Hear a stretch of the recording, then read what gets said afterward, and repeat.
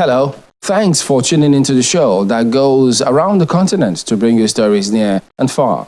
I'm Chamberlain, so our channel's television here in Abuja. I'm joined by my colleague from Voice of America in Washington. Thanks, I'm Heidi Adams at the Voice of America. Happy to be with you again for another edition of Africa 54. Let's start off with the latest from Nigeria. Chamberlain Uso in Abuja brings you that story. Agricultural experts in Nigeria are asking farmers across the northern part of Nigeria to interplant gum arabic among crops to increase their income as the country seeks to reduce her dependence on oil. They describe gum arabic as an untapped gold mine.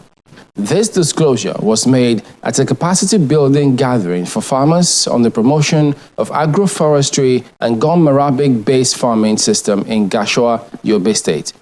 Nigeria is the largest producer of gum arabic in West Africa and third largest world producer and exporter after Sudan and Chad. The major producing areas in the country are Borno, Yobe, Jigawa, Bauchi, Adamawa, Kebbi, Gombe, Plateau, Katsina, and Zamfara states. Gum arabic, known as acacia gum, is an economic tree used to fight desertification. It grows wild in large commercial quantities in Borno and Yobe states. However, these agricultural experts say gum arabic is an untapped gold mine in Nigeria. Gum arabic has a long gestation period. We try to encourage farmers to interplant gum arabic with other crops so that they can recoup the cost of their investment before the maturity period of gum arabic. Potentials that is locked up in this value chain, if it is well harnessed, we stand the chance to surpass what we are presently doing because the value chain is contributing $43 million to national economy. In response, the farmers say insecurity and poor funding are major challenges to exploring the full potentials of this cash crop. Most of our bushes where we have found the gum arabic, 70% of the area we are not have chance to go there and pick the gum arabic. That is our big challenges. Then we have challenge of the farms. You know, most of the time we used to export the gum arabic this about say 6 or 7 years. There is no business. Most of our exporters now they don't have anything in their hand. If there is anything that federal government has assist our association to start the export. These participants, who were among the 87 farmers and members of the academia, trained on new gum arabic species and farming techniques, share their experiences. I'm teaching genetics and tree breeding, and I'm not quite expert in that field because my field of specialization is forest management and ecosystem science. But I have met with experts, specifically on gum arabic. I know different varieties, different grades, and then different morphological and chemical characteristics of these trees, and then definitely it will be transferred and translated in my class to my students. The experts appeal to the state governments in northern Nigeria to work towards supporting gum arabic farming to increase revenue, as well as address the harmful effects of indiscriminate felling of trees, desert encroachment, and inadequate rainfall in the northern part of the country. Joining us now to discuss this is the President, Association of Gum Arabic Producers, Processors and Exporters of Nigeria, Chidume Okoro. Glad to have you join us on Africa 54. Thank you very much, Chamberlain. All right, so as the National President of Gum Arabic Producers, Processors and Exporters of Nigeria, what do you think are the major challenges facing gum arabic farming in Nigeria? Thank you very much, Chamberlain, once more.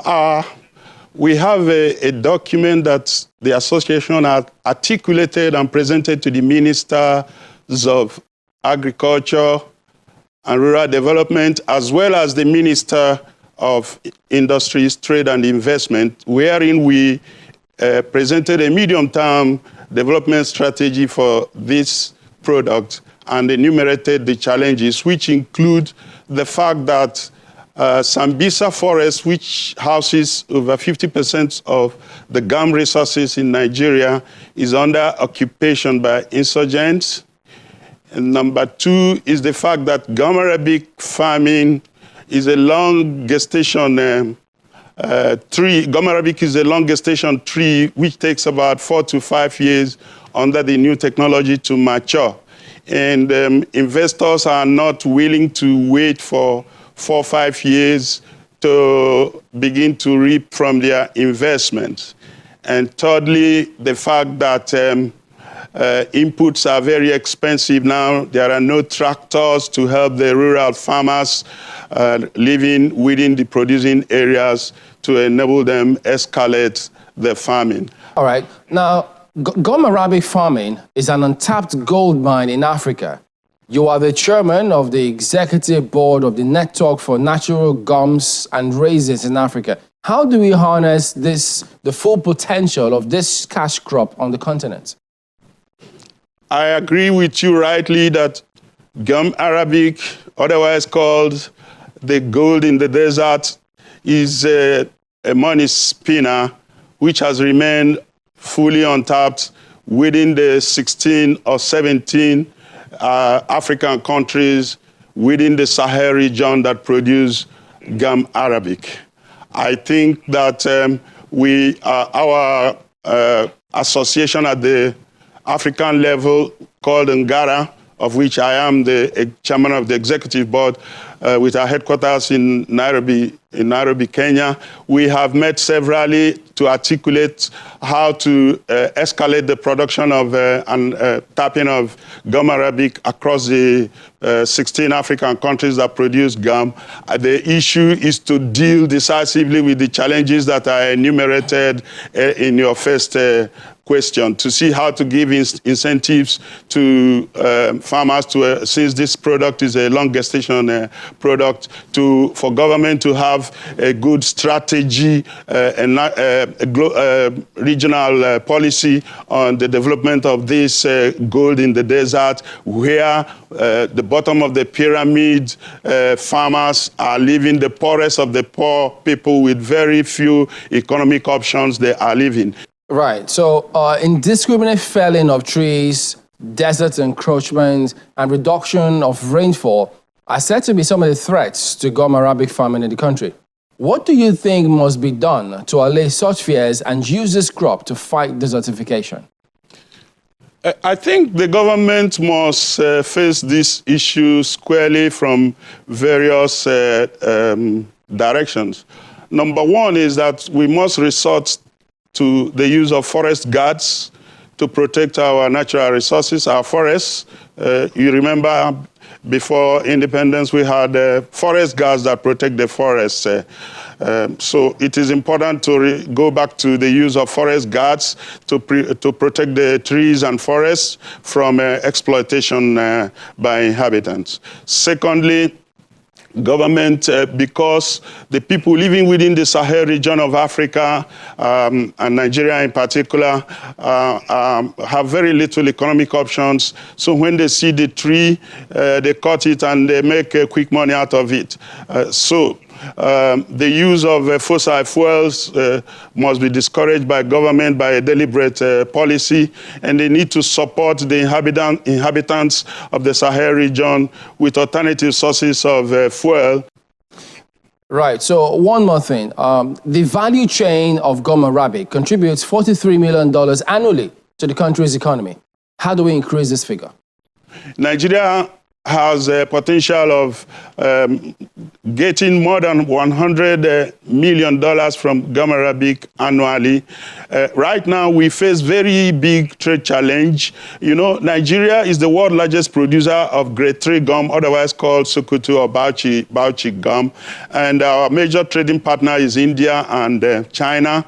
Right now, they have placed a 33% import duty tariff on import of grade 3 gum or gum arabic into China or into India, who are our major trading partners.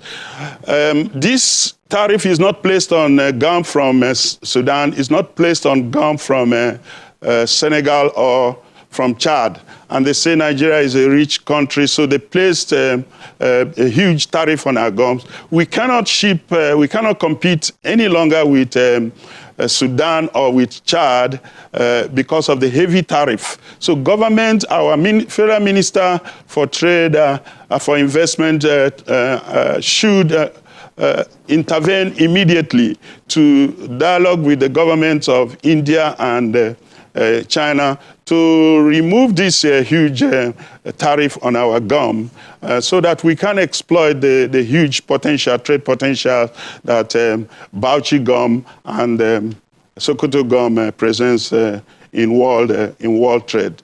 Chidume Okoro, President, Association of Gum Arabic Producers, Processors and Exporters of Nigeria, thank you for joining us on Africa 54. Thank you very much, Chamberlain. Welcome back to Africa 54. I'm Heidi Adams in Washington. Since Kenya began its voluntary refugee repatriation program in 2017, more than 85,000 Somali refugees have resettled back home. But due to record drought in the Horn of Africa, thousands of them have returned to Kenya's Dadaab refugee camp to seek relief. As Juma Majanga reports from Dadaab, those who have returned are finding themselves locked out of aid programs because Kenya has banned registration of new refugees. Halima Omar is making her way to the World Food Programme Aid Distribution Center in the Dadaab refugee camp. As other refugees key in information to get monthly food donations, Halima, like many unregistered returning refugees, has been locked out of aid programs. The fact that they are not recognized by the government, they are not entitled to, for example, to be issued with plots or even other basic services. According to humanitarian agencies, returning refugees has been a cyclical issue. However, this time, they cannot register again as refugees because Kenya has banned the registration of new refugees in the Dadaab camp for security reasons. Those who repatriated around 2017 mostly came around 2012 during the big drought of about 10 years ago. So that means there are all those cycles of drought. They are recurrent and then they happen over every 9 to 10 years. Usually they come and stay for a period of 3-4 years until they are able to go back when the situation gets better. Halima, a 47-year-old widow and mother of 7, says she returned to Somalia 6 years ago and has come back to the refugee camp to escape drought and hunger back home. Despite the government's policy change on refugees, aid agencies have helped unregistered refugees like Halima get food aid. They are issued with tokens that they cash in for food. Truth is, life has been hard here. I have to do manual work in the camp, like washing clothes for people to be able to fend for my children.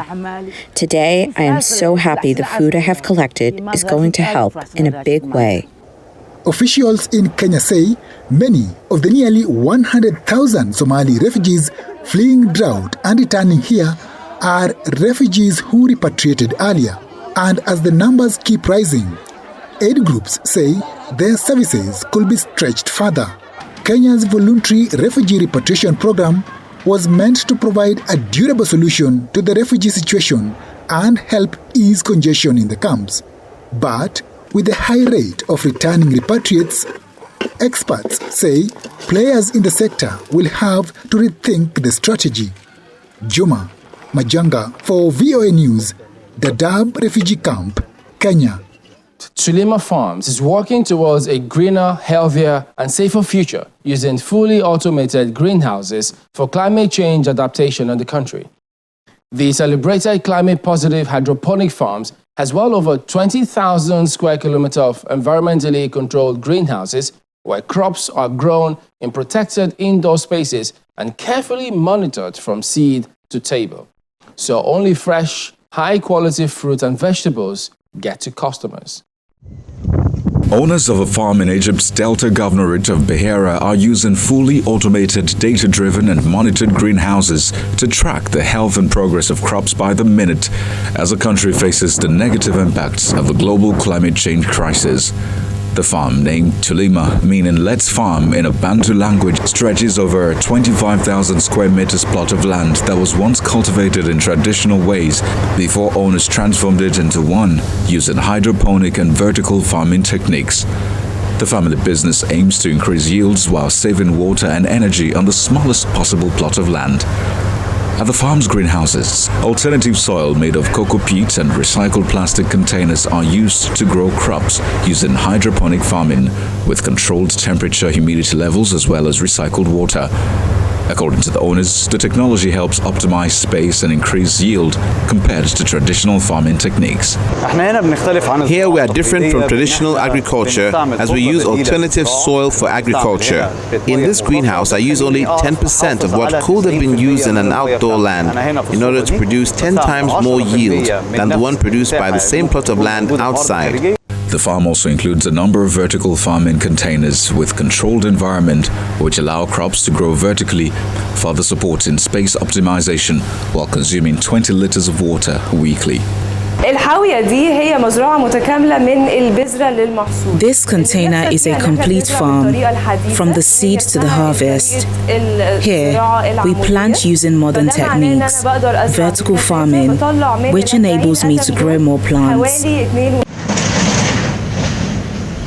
Tulima's owners said the technologies employed at the farm and the pesticide-free policy save cost, helping them target more clients for their products. Tulima's technological culture penetrates the Egyptian farming sector by providing hyper-local, highly nutritious and water-responsible produce to customers. Urban agriculture, growing food indoors under a controlled environment, is taking root as a viable alternative to traditional farming in cities across the U.S.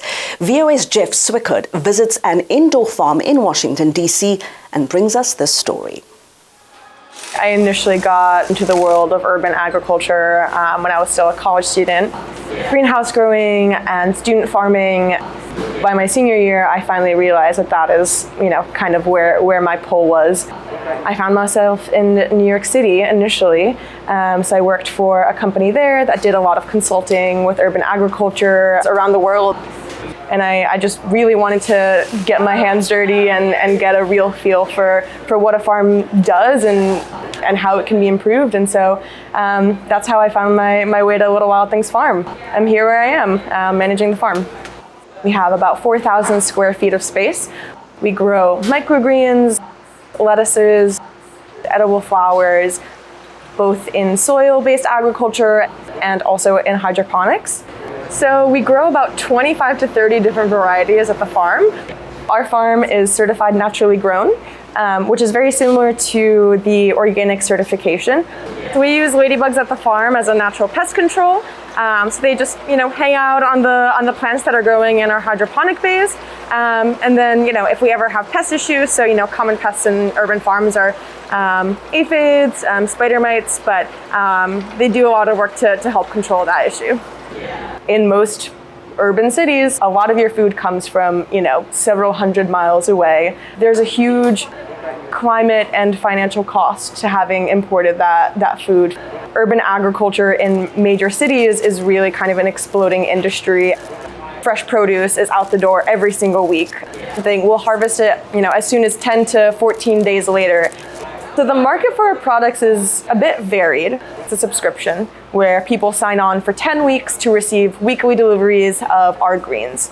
We still do restaurants, chefs, small grocery stores.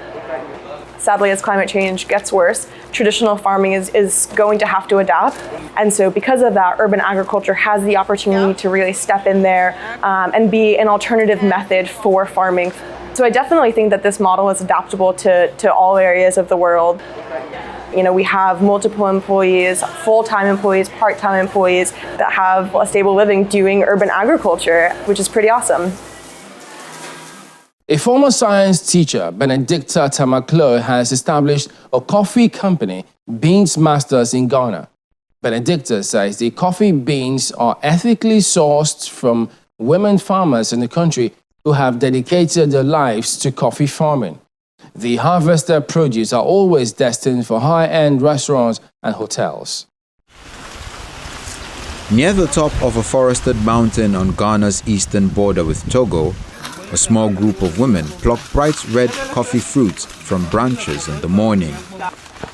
Benedicta Tamakloe, founder of the Accra-based Roaster Bean Masters, walks among them with a device to test the coffee's moisture content, while farm owner Isha Pagnu stands beside a wicker table on which thousands of sun-dried beans are spread.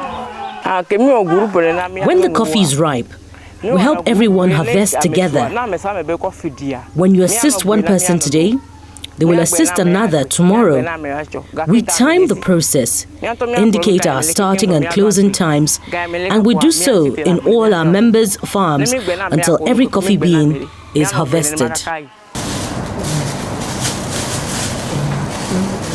Tamakloe's Bean Master, one of the few women-owned coffee companies in Ghana, sources beans exclusively from women-owned farms like Pagnu's.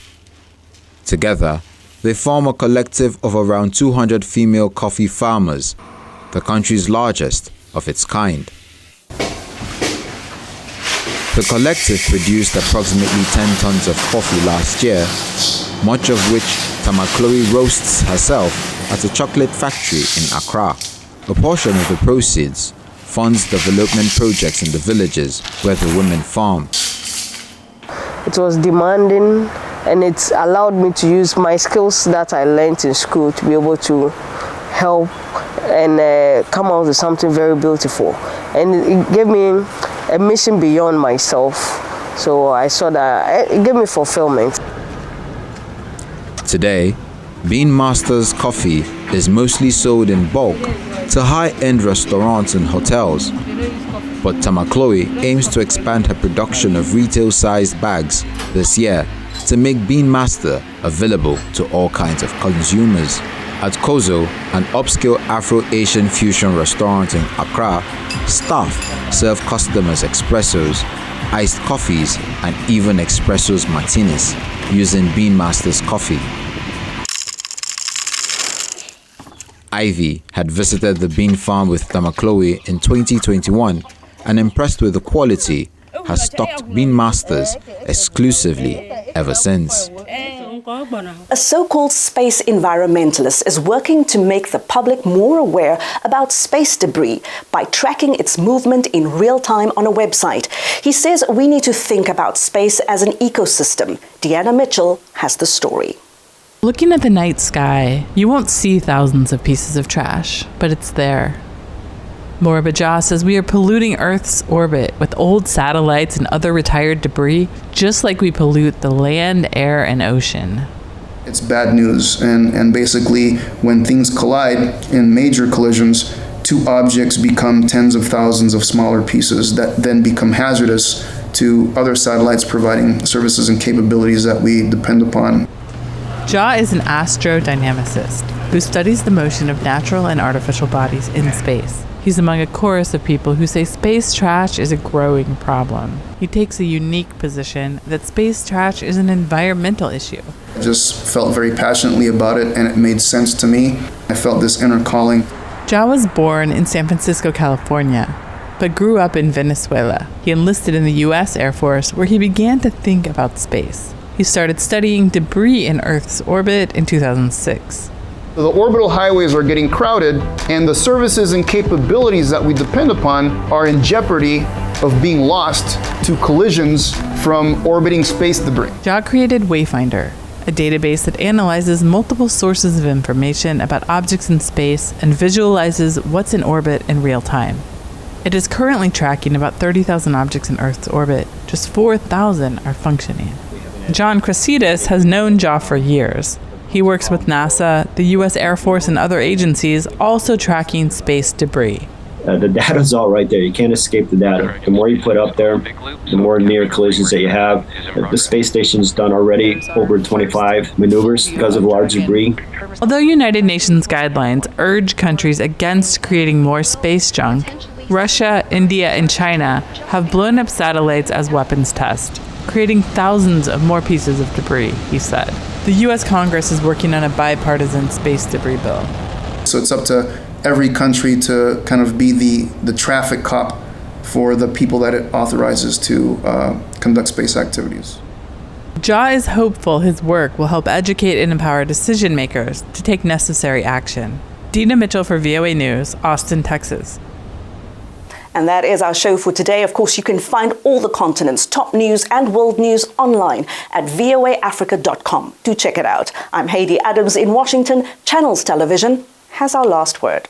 We look forward to bringing you another show next week. Don't forget, channelstv.com is your source for news and other programming.